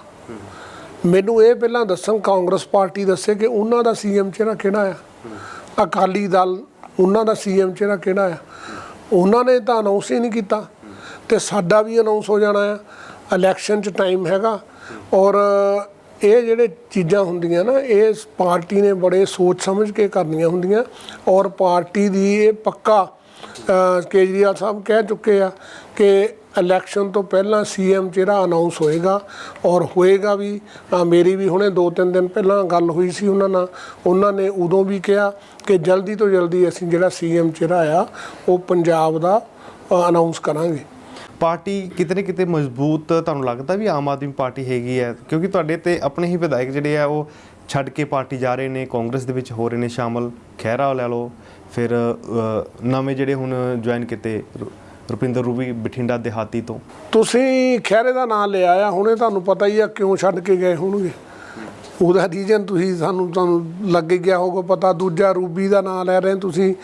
ਰੂਬੀ ਜਿਹੜੀ ਆ ਆਮ ਹਰ ਇੱਕ ਪਾਰਟੀ 'ਚ, ਜ਼ਰੂਰੀ ਨਹੀਂ ਗਾ ਕਿ ਸਿਰਫ ਆਮ ਆਦਮੀ ਪਾਰਟੀ ਆ, ਹਰ ਪਾਰਟੀ ਦੇ ਵਿੱਚ ਜਿਹੜੇ ਆ ਐਮਐਲਏ ਆ ਨਾ, ਜਿਹੜੇ ਕਈ ਐਮਐਲਏ ਮੌਜੂਦਾ ਹੁੰਦੇ ਆ, ਕਈ ਪੁਰਾਣੇ ਹੁੰਦੇ ਆ, ਬੰਦੇ ਛੱਡ ਕੇ ਚਲੇ ਜਾਂਦੇ ਆ। ਲੇਕਿਨ ਪਾਰਟੀਆਂ ਦੇ ਵਿੱਚ ਜਦੋਂ ਉਹਨਾਂ ਨੂੰ ਪਤਾ ਲੱਗਦਾ ਨਾ ਕਿ ਸਾਨੂੰ ਟਿਕਟ ਨਹੀਂ ਮਿਲਣੀ ਤੇ ਫਿਰ ਸਾਨੂੰ ਪ੍ਰੋਬਲਮ ਆਉਣੀ ਆ, ਤੇ ਫਿਰ ਉਹ ਕੋਸ਼ਿਸ਼ ਕਰਦੇ ਆ ਕਿ ਛੱਡ ਕੇ ਚਲ ਜਾਈਏ। ਰੀਜਨ ਉਹਦਾ ਇਹ ਹੁੰਦਾ ਕਿ ਜਦੋਂ ਐਮਐਲਏ ਬਣ ਜਾਂਦੇ ਆ 5 ਸਾਲ ਜਿਹੜੇ ਆ ਨਾ ਉਹ ਲੋਕਾਂ 'ਚ ਵਿਚਰਦੇ ਨਹੀਂਗੇ, ਔਰ ਪਾਰਟੀ ਜਦੋਂ ਉਹਨਾਂ ਦਾ ਕੰਮਕਾਰ ਦੇਖਦੀ ਆ ਤੇ ਉਦੋਂ ਪਾਰਟੀ ਨੂੰ ਇਹ ਪਤਾ ਲੱਗਦਾ ਇਹਨਾਂ ਦਾ ਕੰਮ ਹੀ ਨਹੀਂ ਕੀਤਾ, 5 ਸਾਲ 'ਚ ਫਿਰਦੇ ਤੁਰਦੇ ਰਹੇ ਆ। ਉਦੋਂ ਫਿਰ ਉਹ ਆਪਣਾ ਬਚਾਉਣ ਦੇ ਲਈ, ਸਕਿਨ ਬਚਾਉਣ ਦੇ ਲਈ ਪਾਰਟੀ ਛੱਡ ਕੇ ਜਾਂਦੇ ਆ। ਤੁਸੀਂ ਹੁਣ ਵੀ ਤਾਂ ਦੇਖੇ, ਸਾਡੇ ਵੀ ਤੇ ਆਏ ਆ ਨਾ, ਕਾਂਗਰਸ ਦੇ ਰਮਨ ਭੱਲਾ ਜੀ ਆਏ, ਉੱਥੋਂ ਰਮਨ ਬਹਿਲ ਆਏ ਆ, ਹੋਰ ਵੀ ਆਉਣਗੇ, ਹੱਲੇ ਕਈ ਥਾਵਾਂ ਤੋਂ ਆਉਣੇ ਆ ਜਾਂਦੇ ਆ। ਇਹ ਕੋਈ ਇਹਦਾ ਕੋਈ ਵੱਡਾ, ਮੈਂ ਸਮਝਦਾ ਨਹੀਂ ਕੋਈ ਇਸ਼ੂ ਹੁੰਦਾ, ਇਹ ਕੋਈ ਵੱਡਾ ਇਸ਼ੂ ਨਹੀਂ। ਜਿਹੜੀ ਪਾਰਟੀ ਦੇ ਵਿੱਚ ਬੰਦਾ ਰਹਿੰਦਾ ਹੁੰਦਾ ਉਹਨੂੰ ਐਂ ਲੱਗਦਾ ਕਿ ਉਹ ਮੇਰੇ ਫਿਊਚਰ ਦੇ ਵਿੱਚ ਮੈਨੂੰ ਕਿਤੇ ਇਹ ਟਿਕਟ ਨਹੀਂ ਮਿਲਣੀ ਜਾਂ ਕੋਈ ਪ੍ਰੋਬਲਮ ਆ, ਤੇ ਉਦੋਂ ਛੱਡ ਜਾਂਦੇ ਆ। ਅੱਛਾ, ਮੇਰਾ ਇੱਕ ਹੋਰ ਸਵਾਲ ਹੈ ਵੀ ਤੁਸੀਂ ਡਰੱਗ ਦਾ ਇਸ਼ੂ ਤੇ ਬੇਅਦਬੀ ਦਾ ਮੁੱਦਾ, ਕਿਉਂਕਿ ਪੰਜਾਬ ਦੀ ਸਿਆਸਤ ਦਾ ਧੁਰਾ ਜਿਹੜਾ ਇਸ ਦੇ ਉੱਪਰ ਹੀ ਟਿਕਿਆ ਹੋਇਆ ਇੱਧਰ ਨੂੰ ਘੁੰਮ ਰਿਹਾ, ਔਰ ਇਲੈਕਸ਼ਨ ਦੇ ਵਿੱਚ ਇਹ ਵੱਧ ਚੜ ਕੇ ਹੈ, ਜਿਵੇਂ 2017 ਦੇ ਇਲੈਕਸ਼ਨਾਂ ਦੇ ਵਿੱਚ ਬੇਅਦਬੀ ਦਾ ਮੁੱਦਾ ਉੱਠਿਆ ਸੀ ਜਾਂ ਨਸ਼ੇ ਦਾ ਮੁੱਦਾ ਉੱਠਿਆ ਸੀ। ਸਰਕਾਰ ਦੀ ਕਾਰਗੁਜ਼ਾਰੀ ਨੂੰ ਕਿਵੇਂ ਦੇਖ ਰਹੇ ਹੋ? ਜਿਵੇਂ ਹੁਣ SIT ਕੰਮ ਕਰ ਰਹੀ ਹੈ ਬੇਅਦਬੀ ਦੇ ਮੁੱਦੇ ਦੇ ਉੱਪਰ ਜਾਂ ਫਿਰ ਨਸ਼ੇ ਦੇ ਉੱਪਰ, ਜੋ ਪੰਜਾਬ ਸਰਕਾਰ ਦਾ ਸਟੈਂਡ ਹੈ। ਤੁਸੀਂ ਇੱਕ ਦੇਖੋ, ਬੇਅਦਬੀ ਦੇ ਮੁੱਦੇ ਤੇ SIT ਜਦੋਂ ਅਕਾਲੀ ਸਰਕਾਰ ਸੀ ਉਦੋਂ ਦਾ ਕੰਮ ਕਰ ਰਹੀ ਆ। ਕੀ ਉਦੋਂ ਦੀ ਹੱਲੇ ਤੱਕ SIT ਦੀ ਜਿਹੜੀ ਆ ਕੋਈ ਇਨਵੈਸਟੀਗੇਸ਼ਨ ਪੂਰੀ ਨਹੀਂ ਹੋਈ? ਨੰਬਰ 2, ਜਿਹੜਾ ਹੈਗਾ ਆ ਤੁਹਾਡਾ ਬੇਅਦਬੀ ਦਾ ਮੁੱਦਾ, ਇਹਦਾ ਹੋ ਜਾਣਾ ਚਾਹੀਦਾ ਸੀ। ਤੇ ਇਹ ਸਿਰਫ ਡਿਲੇ ਕਰਦੇ ਰਹਿੰਦੇ ਆ, ਪਾਵਰ ਦੇ ਵਿੱਚ ਹੋ ਕੇ ਉਹਨੂੰ ਡਿਲੇ ਕਰਦੇ ਰਹਿੰਦੇ ਆ, ਔਰ ਜਦੋਂ ਇਲੈਕਸ਼ਨ ਆਉਂਦੀ ਆ ਉਦੋਂ ਇਹ ਬੇਅਦਬੀ ਦੇ ਮੁੱਦੇ ਆ ਜਾਂਦੇ ਆ, ਡਰੱਗ ਦੇ ਮੁੱਦੇ ਆ ਜਾਂਦੇ ਆ। ਪਹਿਲਾਂ ਸਾਰਾ 4 ਸਾਲ ਪਹਿਲਾਂ ਕਾਂਗਰਸ ਨੇ ਰੌਲਾ ਕਿਉਂ ਨਹੀਂ ਪਾਇਆ? ਕਿਉਂਕਿ ਕੈਪਟਨ ਅਮਰਿੰਦਰ ਸਿੰਘ ਨੇ ਜਦੋਂ ਸਾਬੋ ਕੀ ਤਲਵੰਡੀ ਗੁਟਕਾ ਸਾਹਿਬ ਫੜ ਕੇ ਇੱਕ ਕਸਮ ਖਾਧੀ ਸੀ ਕਿ ਮੈਂ 4 ਹਫ਼ਤਿਆਂ ਦੇ ਵਿੱਚ ਇਹ ਡਰੱਗ ਜਿਹੜਾ ਕੰਮ ਆ ਖਤਮ ਕਰ ਦੂੰਗਾ। ਤੇ ਜਦੋਂ ਅਸਲ 'ਚ ਬਣ ਜਾਂਦੇ ਆ ਨਾ, ਉਦੋਂ ਜਿਹੜੀਆਂ ਇਹ ਗੱਲਾਂ ਕਹੀਆਂ ਹੁੰਦੀਆਂ ਇਹਨਾਂ ਦੇ ਦਿਮਾਗ 'ਚੋਂ ਨਿਕਲ ਜਾਂਦੀਆਂ ਵੀ ਇਹ ਜੋ ਮੈਂ ਕਿਹਾ ਸੀ ਮੈਂ ਕਰਨਾ ਆ, ਇਹਨਾਂ ਨੂੰ ਉਦੋਂ ਨਾਲ ਹੀ ਕਰਨਾ ਚਾਹੀਦਾ ਸੀ। ਜਿਹੜੀਆਂ ਇਨਵੈਸਟੀਗੇਸ਼ਨ ਹੋਣ ਤੋਂ ਬਾਅਦ, ਜਾਂ ਜਿੱਦਾਂ ਚਟੋਪਾਧਿਆ ਜੀ ਨੇ ਦਿੱਤਾ, ਇੱਕ ਲਿਸਟ ਦਿੱਤੀ ਹੈ, ਇਹਨਾਂ ਦੀ ਇਨਵੈਸਟੀਗੇਸ਼ਨ ਕਰਕੇ ਰਿਪੋਰਟ ਦਿੱਤੀ, ਹਰਪ੍ਰੀਤ ਸਿੱਧੂ ਜੀ ਨੇ ਦਿੱਤੀ, ਉਹਨਾਂ ਦੀ ਬਦਲੀ ਕਰਤੀ ਤੇ ਉੱਤੇ ਐਕਸ਼ਨ ਨਹੀਂ ਕੀਤਾ। ਤੁਸੀਂ ਦੇਖਿਆ ਹੋਊਗਾ SIT ਦੇ ਜਦੋਂ ਚੀਫ ਬਣੇ ਆ ਉਹਨਾਂ ਨੇ ਵੀ ਕੀਤਾ। ਜਦੋਂ ਪ੍ਰੈਸ਼ਰ ਇਦਾਂ ਦਾ ਪੈਂਦਾ ਉਹ ਅਫਸਰ ਨੂੰ ਬਦਲ ਦਿੰਦੇ ਆ ਵੀ ਇਹ ਤਾਂ ਗਲਤ ਕੰਮ ਕਰ ਰਿਹਾ, ਉਹਨਾਂ ਤੇ ਐਕਸ਼ਨ ਲੈਣਾ ਚਾਹੀਦਾ ਸੀ। ਚਟੋਪਾਧਿਆ ਨੇ ਵੀ ਲਾਇਆ ਸੀ ਵੀ ਮੈਨੂੰ ਪ੍ਰੈਸ਼ਰਾਈਜ਼ ਕੀਤਾ ਜਾ ਰਿਹਾ। ਮੈਂ ਤਾਂ ਕਹਿ ਰਿਹਾ ਇਹੀ ਗਵਰਨਮੈਂਟ ਸੀਗੀ, ਗਵਰਨਮੈਂਟ ਦੂਜੀ ਤਾਂ ਹੈ ਨਹੀਂ ਸੀਗੀ, ਜਾਂ ਬਾਹਰਲਾ ਬੰਦਾ ਤਾਂ ਕੋਈ ਪ੍ਰੈਸ਼ਰਾਈਜ਼ ਕਰਦਾ ਨਹੀਂ ਸੀਗਾ। ਅੱਛਾ, ਇੱਕ ਬੇਅਦਬੀ ਦੇ ਮੁੱਦੇ ਦੇ ਉੱਪਰ ਤੁਹਾਡੀ ਪਾਰਟੀ ਦੇ ਵਿੱਚ ਸ਼ਾਮਲ ਹੋਏ ਨੇ ਸਾਬਕਾ IG ਕੁੰਵਰ ਵਿਜੇ ਪ੍ਰਤਾਪ। ਕਾਂਗਰਸ ਕਹਿ ਰਹੀ ਹੈ ਕਿ ਅਕਾਲੀ ਦਲ ਕਹਿ ਰਿਹਾ, ਮਾਫ ਕਰਨਾ, ਅਕਾਲੀ ਦਲ ਕਹਿ ਰਿਹਾ ਕਿ ਸਿਆਸਤ ਤੋਂ ਪ੍ਰੇਰਿਤ ਸੀ ਇਹ ਸਾਰੀ ਜਿੰਨੀ ਵੀ ਹੈਗੀ ਹੈ ਇਨਵੈਸਟੀਗੇਸ਼ਨ ਕੀਤੀ ਗਈ ਕੁੰਵਰ ਵਿਜੇ ਪ੍ਰਤਾਪ ਵੱਲੋਂ, ਕਿਤੇ ਨਾ ਕਿਤੇ ਸਿਆਸੀ ਲਾਹਾ ਆਮ ਆਦਮੀ ਪਾਰਟੀ ਨੂੰ ਦੇਣ ਦੇ ਲਈ, ਕਿਉਂਕਿ ਤੁਹਾਡੀ ਪਾਰਟੀ ਸ਼ਾਮਲ ਹੋ ਗਏ ਨੇ। ਤੁਹਾਨੂੰ ਕੀ ਲੱਗਦਾ ਵੀ ਇਸ ਦੇ ਨਾਲ ਆਮ ਆਦਮੀ ਪਾਰਟੀ ਨੂੰ ਫਾਇਦਾ ਹੋ ਰਿਹਾ? ਨਹੀਂ, ਇੱਦਾਂ ਦਾ ਜਿਹੜਾ ਇਹ ਮੁੱਦਾ ਆ, ਤੁਸੀਂ ਜਦੋਂ ਵਿਜੇ ਕੁੰਵਰ ਪ੍ਰਤਾਪ ਜੀ ਆਊਗੇ ਉਹਨਾਂ ਨੂੰ ਪੁੱਛ ਸਕਦੇ ਆ, ਕਿਉਂਕਿ ਉਹਨਾਂ ਨੇ ਨਾਲ ਡੀਲਿੰਗ ਉਹਨਾਂ ਨੇ ਕੀਤੀ, ਉਹਨਾਂ ਤੇ ਕੀ ਪ੍ਰੈਸ਼ਰ ਪਾਇਆ, ਉਹਨਾਂ ਦੇ ਕੋਰਟ ਦੇ ਵਿੱਚ ਕੀ ਪ੍ਰੈਸ਼ਰ ਪਿਆ, ਇਹ ਚੀਜ਼ਾਂ ਉਹ ਦੱਸ ਸਕਦੇ ਆ। ਔਰ ਉਹਨਾਂ ਨੇ ਉਸ ਗੁੱਸੇ ਦੇ ਵਿੱਚ, ਉਸ ਪ੍ਰੈਸ਼ਰ ਦੇ ਵਿੱਚ ਆ ਕੇ ਇਹ ਆਪਣਾ ਰਿਜ਼ਾਈਨ ਕੀਤਾ ਸੀਗਾ। ਕੋਈ ਬੰਦਾ 8 ਸਾਲ ਦੀ ਨੌਕਰੀ ਰਹਿੰਦੀ ਹੋਵੇ IPS ਦੀ ਤੇ ਉਹਨੇ DGP ਬਣਨਾ ਹੋਵੇ ਤੇ ਉਹ ਕਿਉਂ ਛੱਡੂਗਾ? ਉੱਤੇ ਕਿੰਨਾ ਇਹਨਾਂ ਨੇ ਪ੍ਰੈਸ਼ਰ ਪਾਇਆ ਹੋਏਗਾ ਗਲਤ, ਜਿਹੜਾ ਉਹਨਾਂ ਨੇ ਮਤਲਬ ਉਸ ਪ੍ਰੈਸ਼ਰ ਦੇ ਵਿੱਚ ਆ ਕੇ ਨੌਕਰੀ ਛੱਡੀ। ਤੇ ਜਦੋਂ ਨੌਕਰੀ ਛੱਡ ਦਿੰਦਾ ਬੰਦਾ ਆਜ਼ਾਦ ਆ, ਫਿਰ ਤਾਂ ਕਿਤੇ ਜਾ ਸਕਦਾ ਆ, ਕਿਤੇ ਵੀ ਉਹਨਾਂ ਨੇ ਮਨ ਕੀਤਾ ਤੇ ਜਾ ਸਕਦਾ। ਕਾਂਗਰਸ ਵਾਲੇ ਲੈ ਜਾਂਦੇ, ਅਕਾਲੀ ਦਲ ਲੈ ਜਾਂਦਾ, ਉਹ ਕਿਉਂਕਿ ਲਿਜਾ ਨਹੀਂ ਸਕਦੇ ਸੀਗੇ ਉਹਨਾਂ ਨੂੰ। ਉਹਨਾਂ ਨੇ ਉਹਨਾਂ ਤੇ ਗਲਤ ਇਲਜ਼ਾਮ ਤੇ ਗਲਤ ਉਹਨਾਂ ਨੂੰ ਜਦੋਂ ਇਨਵੈਸਟੀਗੇਸ਼ਨ ਕਰਦੇ ਸੀਗੇ ਉਹਨਾਂ ਨੂੰ ਪ੍ਰੈਸ਼ਰ ਪਾਉਂਦੇ ਸੀ ਗਲਤ, ਇਸ ਕਰਕੇ ਉਹਨਾਂ ਦੀ ਹਿੰਮਤ ਨਹੀਂ ਪੈਂਦੀ ਸੀਗੀ। ਤੇ ਫਿਰ ਇੱਕ ਚੁਆਇਸ ਹੀ ਉਹਨਾਂ ਕੋਲ ਇਹ ਸੀਗੀ ਤੇ ਆ ਗਏ। ਤੇ ਬਾਕੀ ਜਿਹੜੀਆਂ ਚੀਜ਼ਾਂ ਆ, ਜੇ ਬੰਦਾ ਕੋਈ ਤੁਸੀਂ ਦੱਸੋ ਕਿ IPS ਅਫਸਰ ਹੋਵੇ ਤੇ 8 ਸਾਲ ਦੀ ਨੌਕਰੀ 9 ਸਾਲ ਦੀ ਹੋਵੇ ਤੇ ਕਿਉਂ ਛੱਡੂਗਾ? ਇਹਦਾ ਮਤਲਬ ਕਿ ਗਵਰਨਮੈਂਟ ਨੇ ਉਹਨਾਂ ਨੂੰ ਕਿਤੇ ਤੰਗ ਕੀਤਾ ਹੈ। ਅੱਛਾ, ਤੁਹਾਡੇ ਹਲਕੇ ਦੇ ਅੰਦਰ ਹੀ, ਕਿਉਂਕਿ ਹੁਣ ਪਹਿਲਾਂ ਸਿੱਖਿਆ ਮੰਤਰੀ ਵਿਜੇਂਦਰ ਸਿੰਗਲਾ ਸਨ, ਤਾਂ ਧਰਨਿਆਂ ਦਾ ਸ਼ਹਿਰ ਜਿਹੜਾ ਉਹਨਾਂ ਦਾ ਹਲਕਾ ਹੁੰਦਾ ਸੀ। ਹੁਣ ਜਲੰਧਰ ਦੇ ਵਿੱਚ ਟੀਚਰ ਪਿਛਲੇ ਕਾਫੀ ਦਿਨਾਂ ਤੋਂ 28 ਅਕਤੂਬਰ ਤੋਂ ਧਰਨਾ ਦੇ ਰਹੇ ਨੇ, B.Ed ਤੇ ਟੈਟ ਪਾਸ ਜਿਹੜੇ ਹੈਗੇ ਨੇ ਅਧਿਆਪਕ। ਅੱਜ ਵੀ ਬੀਤੇ ਦਿਨ ਵੀ ਉਹਨਾਂ ਨੇ ਪ੍ਰਗਟ ਸਿੰਘ ਦੀ ਰਿਹਾਇਸ਼ ਦਾ ਘਿਰਾਓ ਕੀਤਾ, ਨਹੀਂ ਮਿਲੇ। ਧਰਨਾ ਉੱਥੇ ਵੀ ਲੱਗਾ ਹੋਇਆ, ਬੱਸ ਸਟੈਂਡ ਜਲੰਧਰ ਤੇ ਵੀ ਲੱਗਾ ਹੋਇਆ ਧਰਨਾ। ਸਟੈਂਡ ਕਿਵੇਂ ਤੁਹਾਡਾ ਕੀ ਹੈ? ਪਾਰਟੀ ਦਾ ਕੀ ਸਟੈਂਡ ਹੈ ਜਾਂ ਤੁਹਾਡਾ ਕੀ ਸਟੈਂਡ ਹੈ? ਸਾਡਾ ਸਟੈਂਡ ਟੀਚਰਾਂ ਦੇ ਨਾਲ ਆ, ਕਿਉਂਕਿ ਟੀਚਰ ਜਿਹੜਾ ਹੈ ਨਾ, ਆਪਾਂ ਕਰਦੇ ਹਾਂ make in India, make in India. Make in India ਬਣਾਉਣ ਦੇ ਲਈ ਪਹਿਲੇ ਨੰਬਰ ਤੇ ਟੀਚਰ ਆ। ਟੀਚਰ ਨੇ ਬੱਚਿਆਂ ਨੂੰ ਐਜੂਕੇਸ਼ਨ ਦੇਣੀ ਆ, ਟੀਚਰ ਨੇ ਜਦੋਂ ਐਜੂਕੇਸ਼ਨ ਦੇਣੀ ਆ ਤੇ ਅੱਛੇ ਸਿਟੀਜ਼ਨ ਪੈਦਾ ਕਰਨੇ ਆ। ਟੀਚਰ ਦੀ ਜਿਹੜੀ, ਕਿਉਂਕਿ ਪੇਰੈਂਟਸ ਤੋਂ ਜ਼ਿਆਦਾ ਟੀਚਰ ਕੋਲੇ ਰਹਿੰਦਾ ਬੱਚਾ, ਜੋ ਟੀਚਰ ਨੇ ਉਹਨੂੰ ਸਿਖਾ ਦੇਣਾ ਆ ਉਹ ਉਹਨੇ ਸਾਰੀ ਉਮਰ ਉਸ ਨੂੰ ਅਡਾਪਟ ਕਰਨਾ ਆ। ਤੇ ਜੇ ਸਾਡਾ ਉਹ ਟੀਚਰ, ਉਹ ਗੁਰੂ ਸਾਡਾ ਜਿਸ ਨੇ ਉਹ ਬੱਚੇ ਨੂੰ ਸਿੱਖਿਆ ਦੇਣੀ ਆ, ਉਹ ਭੁੱਖਾ ਮਰ ਰਿਹਾ ਆ, ਤੇ ਉਹ ਟੀਚਰ ਦਾ ਜਿਹੜਾ ਚੇਲਾ ਆ, ਉਹਦਾ ਸ਼ਾਗਿਰਦ ਆ, ਉਹ ਕਿੱਦਾਂ ਚੰਗਾ ਇੱਕ ਸਿਟੀਜ਼ਨ ਤੇ ਚੰਗੀ, ਉਹਦੇ ਕੋਲੇ ਤਾਂ ਬਣ ਹੀ ਨਹੀਂ ਸਕਦਾ।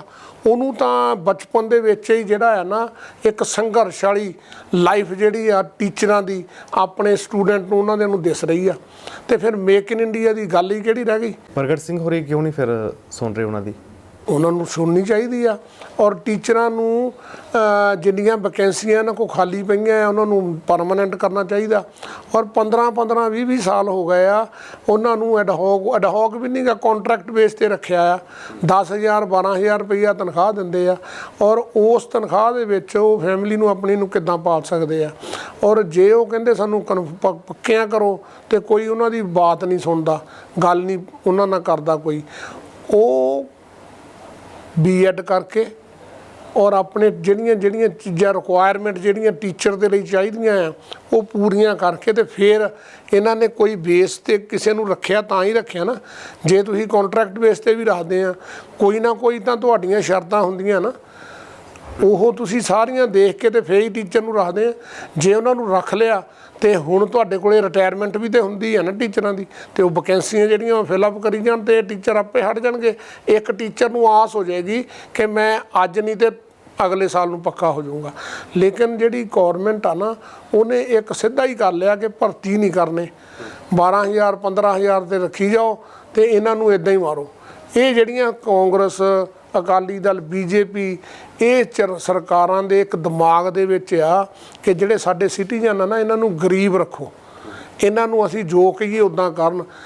ਔਰ ਜੇ ਅਮੀਰ ਹੋ ਗਏ, ਪੜ੍ਹ ਲਿਖ ਗਏ ਬੱਚੇ, ਜ਼ਿਆਦਾ ਪੜ੍ਹ ਗਏ ਤੇ ਫਿਰ ਇਹ ਸਾਨੂੰ ਕੁਐਸਚਨ ਕਰੂਗੇ। ਸੋ ਇਹਨਾਂ ਦਾ ਇਹ ਕੋਈ ਇਹਨਾਂ ਦੇ ਦਿਮਾਗ 'ਚ ਨਹੀਂ ਗਾ। ਇਹ ਸਾਰਾ ਕੁਛ ਇਹ ਆ ਕਿ ਜਿਹੜਾ ਇਹ ਬੰਦੇ ਗਰੀਬੀ ਦੇ ਵਿੱਚ ਰਹਿਣ ਤੇ ਜਿੱਦਾਂ ਅਸੀਂ ਵੋਟਾਂ ਦੇ ਵਿੱਚ ਕਹੀਏ ਸਾਨੂੰ ਵੋਟਾਂ ਪਾਉਣ ਤੇ ਸਰਕਾਰ ਬਣਾਈ ਜਾਈਏ, ਤੇ ਜੇ ਬੰਦੇ ਹੋਣ ਨਾ ਇਹ ਸਹੀ ਤੇ ਇਹ ਸਾਰੇ ਟੀਚਰਾਂ ਨੂੰ ਪੱਕੇ ਕਰ ਦੇਣ। ਅੱਛਾ ਕੈਪਟਨ, ਜਦੋਂ ਉਹਨਾਂ ਕਾਂਗਰਸ ਦੇ ਵਿੱਚੋਂ ਉਹਨਾਂ ਨੂੰ ਇੱਕ ਸਾਈਡ ਤੇ ਕੀਤਾ ਗਿਆ CM ਦੇ ਫੇਸ ਤੋਂ, ਤਾਂ ਉਹ ਕਹਿੰਦੇ ਵੀ ਮੈਂ 92% ਆਪਣੇ ਵਾਅਦੇ ਪੂਰੇ ਕਰ ਚੁੱਕਿਆ ਤੇ ਹੁਣ ਬਾਕੀ ਰਹਿੰਦੇ ਜਿਹੜੇ ਹੈ ਮੇਰੇ ਹੀ ਜਿਹੜੇ ਮਤਲਬ ਕਹਿ ਸਕਦੇ ਵੀ ਜੋ ਮੈਂ ਐਲਾਨ ਕੀਤੇ ਸੀ ਜਾਂ ਮੈਂ ਜੋ ਕੰਮ ਸ਼ੁਰੂ ਕੀਤੇ ਸੀ ਉਹਨਾਂ ਉੱਪਰ ਚੰਨੀ ਚੱਲ ਰਹੇ ਨੇ। ਕਿਵੇਂ ਦੇ ਦਿਓ 92% ਹੋਏ ਆ ਪੂਰੇ? ਮੈਨੂੰ ਤਾਂ ਲੱਗਦੇ ਨਹੀਂ। ਉਹਨਾਂ ਦੀ ਆਪਣੀ ਪਾਰਟੀ ਕਹਿਣ ਡਈ ਆ ਕਿ ਕੁਛ ਨਹੀਂ ਕੰਮ ਕੀਤਾ ਸੀਗਾ ਪਿਛਲੇ 4 ਸਾਲਾਂ 'ਚ, ਤਾਂ ਹੀ ਉਹ ਕਹਿੰਦੇ ਅਸੀਂ ਕਰਦੇ ਹਾਂ। ਉਹਨਾਂ ਨੇ ਇਹਦਾ ਮਤਲਬ ਕੀਤਾ ਹੀ ਨਹੀਂ ਸੀਗਾ। ਇਹ ਕੰਮ ਜੇ ਕਰਦੇ ਤੇ ਇਹਨਾਂ ਦੇ ਪਾਰਟੀ ਦੇ ਵਿੱਚ ਆ ਰੌਲਾ ਨਾ ਪੈਂਦਾ। ਅੱਜ ਵੀ ਕਾਟੋ ਕਲੇਸ਼ ਜਿਹੜਾ ਇਹਨਾਂ ਦਾ ਮੁੱਕ ਨਹੀਂ ਰਿਹਾ। ਔਰ ਹਰ ਬੰਦਾ ਕਾਂਗਰਸ ਦੇ ਵਿੱਚ ਕੁਰਸੀ ਜਿਹੜੀ ਆ ਨਾ ਉਹ ਲੈਣ ਨੂੰ ਫਿਰਦਾ। ਕੁਰਸੀ ਮਿਲੀ ਆ ਕਹਿੰਦੇ ਨਹੀਂ ਉੱਪਰਲੀ ਲੈਣੀ ਆ, ਉਹ ਕੁਰਸੀ ਦੇ ਲਈ ਜਿਹੜੀ ਆ ਨਾ ਕਾਟੋ ਕਲੇਸ਼ ਇਹਨਾਂ ਦਾ ਨਹੀਂ ਮੁੱਕ ਰਿਹਾ। ਤੁਸੀਂ ਦੇਖ ਲਓ ਵੀ ਇਹ ਰੋਜ਼ ਦੀ ਰੋਜ਼ ਐਸੀ ਸਟੇਟਮੈਂਟ ਆਉਂਦੀ ਆ ਤੇ ਬੰਦਾ ਜਿਹੜਾ ਦੂਸਰੀ ਪਾਰਟੀ ਦਾ ਜਾਂ ਆਮ ਸਿਟੀਜ਼ਨ ਆ ਉਹ ਸੋਚਦਾ ਵੀ ਯਾਰ ਇਹ ਕਾਂਗਰਸ ਦਾ ਬੰਦਾ ਸਟੇਟਮੈਂਟ ਦੇ ਰਿਹਾ, ਇਹ ਗੱਲ ਕਹਿ ਰਹੇ ਆ। ਦੂਜੀ ਪਾਰਟੀ ਦਾ ਕਹੇ, ਆਪੋਜੀਸ਼ਨ ਨੇ ਤਾਂ ਕਹਿਣਾ ਹੀ ਹੁੰਦਾ ਆ, ਲੇਕਿਨ ਉਹ ਤਾਂ ਇਹਨਾਂ ਦੀਆਂ ਪਾਰਟੀਆਂ 'ਚੋਂ ਕਹੀ ਜਾ ਰਹੇ ਆ। ਸੁਨੀਲ ਜਾਖੜ ਹੋਰਾਂ ਦਾ ਇੱਕ ਬਿਆਨ ਆਉਂਦਾ ਹੈ ਕਿ ਆਮ ਆਦਮੀ ਪਾਰਟੀ ਆਪਣਾ CM ਫੇਸ ਜਿਹੜਾ ਹੈ OLX ਤੋਂ ਲੱਭ ਰਹੀ ਸੀ, ਕਿ ਵਾਕਈ? ਇਹ ਤਾਂ ਜੋ ਮਰਜ਼ੀ ਕਹੀ ਜਾਣ, ਉਹਨਾਂ ਦੇ ਕੋਲੇ ਤਾਂ ਆਪਣੇ ਕੋਈ ਹੈ ਨਹੀਂ, ਠੀਕ ਆ ਨਾ। ਉਹ ਹੁਣ ਦੁਚਿੱਤੀ 'ਚ ਪਈਏ ਆ, ਬਣਾਈਏ ਕਿਹਨੂੰ?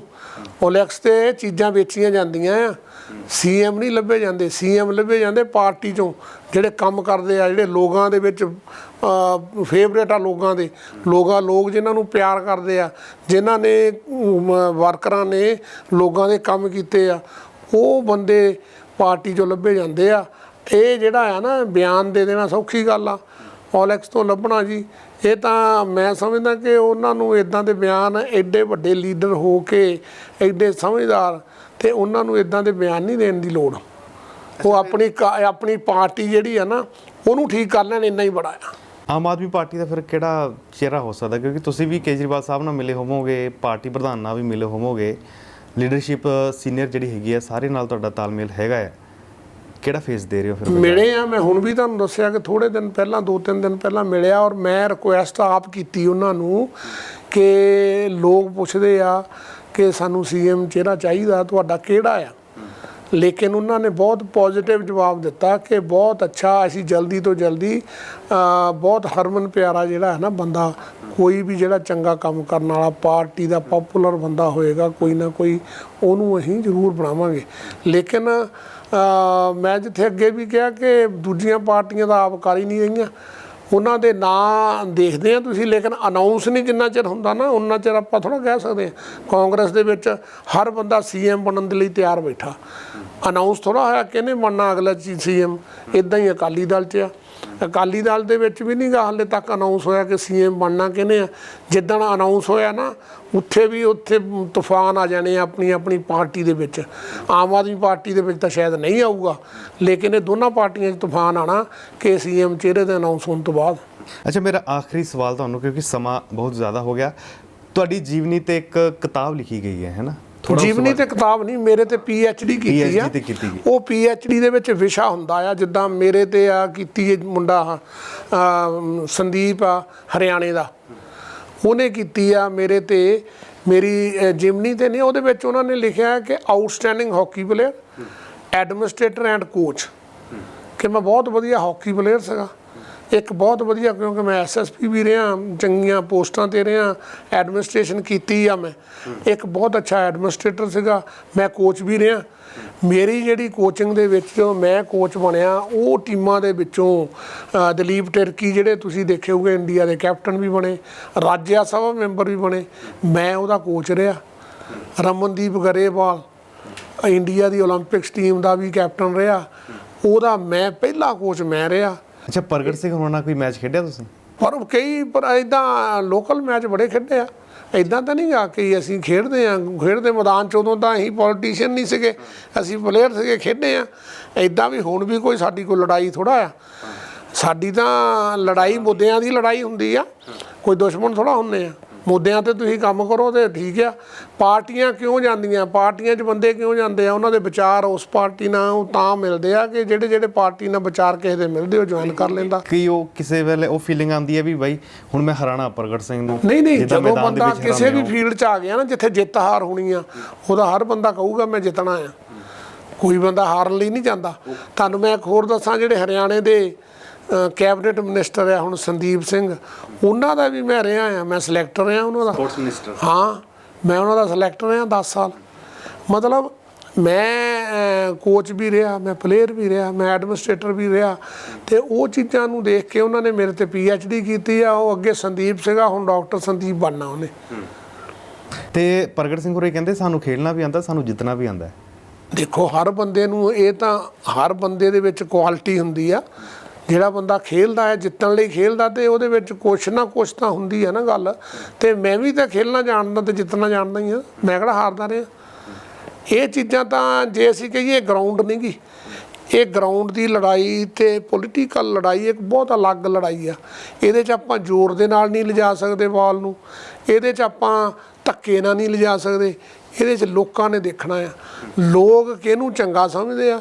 ਲੋਕਾਂ ਨੇ ਦੇਖਣਾ ਕਿ ਜੇ ਬੰਦੇ ਕਿਸੇ ਨੂੰ 10 ਸਾਲ ਦਾ ਮੈਂ ਟਾਈਮ ਦਿੱਤਾ ਤੇ ਉਹਨੇ ਕੀ ਕੀਤਾ। ਲੋਕਾਂ ਨੇ ਦੇਖਣਾ ਕਿ ਇਹ ਜਿਹੜਾ ਇਹਦੀ ਮੇਰਾ ਪਿਛਲਾ ਕੈਰੀਅਰ ਕਿਸ ਤਰ੍ਹਾਂ ਦਾ ਆ। ਲੋਕਾਂ ਦੇ ਵਿੱਚ ਮੈਂ ਜਦੋਂ ਅਫਸਰ ਸੀਗਾ ਉਦੋਂ ਕਿੱਦਾਂ ਵਿਚਰਦਾ ਸੀ, ਤੇ ਅੱਜ ਮੈਂ ਕਿੱਦਾਂ, ਜੇ ਮੈਨੂੰ ਮੌਕਾ ਦਊਗੇ ਤੇ ਇਹ ਕਿੱਦਾਂ ਵਿਚਰੇਗਾ। ਇਹ ਤਾਂ ਲੋਕਾਂ ਨੇ ਦੇਖਣਾ ਆ, ਲੋਕਾਂ ਨੇ ਦੱਸਣਾ ਆ। ਲੋਕਾਂ ਨੇ ਜਿਹੜੇ ਤੁਸੀਂ ਕੰਮ ਕੀਤੇ ਆ ਉਹਨਾਂ ਨੂੰ ਦੇਖ ਕੇ ਤੁਹਾਨੂੰ ਜਿਤਾਉਣਾ ਆ। ਆਪਾਂ ਤਾਂ ਸਿਰਫ ਉਹਨਾਂ ਦੇ ਕੋਲੇ ਜਾ ਕੇ ਆਪਣੀ ਫਰਿਆਦ ਰੱਖਣੀ ਆ। ਉਹ ਫਰਿਆਦ ਕਿਹਦੀ ਕਬੂਲ ਕਰਦੇ ਆ ਵੋਟਰ, ਉਹ ਫਿਰ ਜਿੱਤ ਹਾਰ ਹੋਣੀ ਆ। ਕੋਈ ਇਹ ਹੈ ਨਹੀਂ ਗਾ ਕਿ ਮੈਂ ਤਕੜਾ ਆ, ਮੈਂ ਆਪਣੇ ਜ਼ੋਰ 'ਚ ਜ਼ਿਆਦਾ ਆ, ਜਾਂ ਮੈਂ ਫਿਜ਼ੀਕਲ ਫਿੱਟ ਜ਼ਿਆਦਾ ਆ। ਇਹਦਾ ਲੋਕਾਂ ਦੀ ਜਦੋਂ ਫਰਿਆਦ ਰੱਖਾਂਗੇ, ਲੋਕਾਂ ਨੇ ਉਹ ਚਿੱਠੇ ਕੱਢ ਲੈਣੇ ਆ।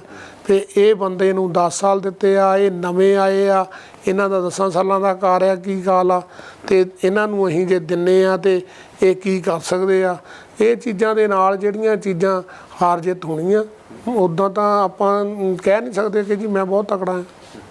ਸੁਰ ਸਾਹਿਬ, ਬਹੁਤ ਬਹੁਤ ਧੰਨਵਾਦ ਸਮਾਂ ਦੇਣ ਦੇ ਲਈ। ਥੈਂਕ ਯੂ ਜੀ ਰਾਹੁਲ ਕਾਲਾ ਜੀ, ਬਹੁਤ ਬਹੁਤ ਸ਼ੁਕਰੀਆ। ਹਾਂਜੀ, ਤਾਂ ਹੁਣ ਇਲੈਕਸ਼ਨ ਦਾ ਸਮਾਂ ਨਜ਼ਦੀਕ ਆ, ਔਰ ਕਿਤੇ ਨਾ ਕਿਤੇ ਕਹਿੰਦੇ ਆ ਕਿ ਜੇਕਰ ਦੇਸ਼ ਦੀ ਰਾਜ ਸੱਤਾ ਤੇ ਜੇਕਰ ਤੁਸੀਂ ਕੇਂਦਰ ਦੇ ਵਿੱਚ ਕਹਿੰਦੇ ਵੀ ਕਾਬਜ਼ ਹੋਣਾ ਤਾਂ ਉਹਦਾ ਰਸਤਾ ਯੂਪੀ ਤੋਂ ਜਾਂਦਾ ਹੈ। ਤੇ ਇਸੇ ਤਰ੍ਹਾਂ ਪੰਜਾਬ ਦੀਆਂ ਜੇਕਰ ਵਿਧਾਨ ਸਭਾ ਦੀਆਂ ਪੌੜੀਆਂ ਚੜ੍ਹਨੀਆਂ ਤਾਂ ਇਸ ਵਾਰ ਦਾ ਜਿਹੜਾ ਰਸਤਾ ਹੋਵੇਗਾ ਉਹ ਬੇਅਦਬੀ ਮੁੱਦਾ ਉਸ ਦੇ ਉੱਪਰ ਟਿਕਿਆ ਹੋਵੇਗਾ ਜਾਂ ਫਿਰ ਨਸ਼ੇ ਦੇ ਉੱਪਰ ਟਿਕਿਆ ਹੋਵੇਗਾ। ਯਾਨੀ ਕਿ ਬਹਿਬਲ ਕਲਾਂ ਵੱਲੋਂ ਹੋ ਕੇ ਪੰਜਾਬ ਵਿਧਾਨ ਸਭਾ ਦਾ ਪੌੜੀਆਂ ਦਾ ਰਸਤਾ ਜਿਹੜਾ ਆ ਉਹ ਹਰੇਕ ਪਾਰਟੀ ਨੂੰ ਉਸ ਨੂੰ ਨਸੀਬ ਹੋਏਗਾ ਜਿਹੜਾ ਇਸ ਰਸਤੇ ਦੇ ਉੱਪਰ ਚੱਲੇਗੀ। ਔਰ ਇਹ ਰਸਤਾ ਕਿਵੇਂ ਕਰਨਾ ਹੈ ਇਹ ਸਭ ਪਾਰਟੀਆਂ ਜਾਣਦੀਆਂ ਹੈ ਕਿ ਪੰਜਾਬ ਦੇ ਵਿੱਚ ਸਿਰਫ ਦੋ ਹੀ ਮੁੱਦੇ ਨੇ, ਇੱਕ ਨਸ਼ਾ ਤੇ ਦੂਸਰਾ ਬੇਅਦਬੀ।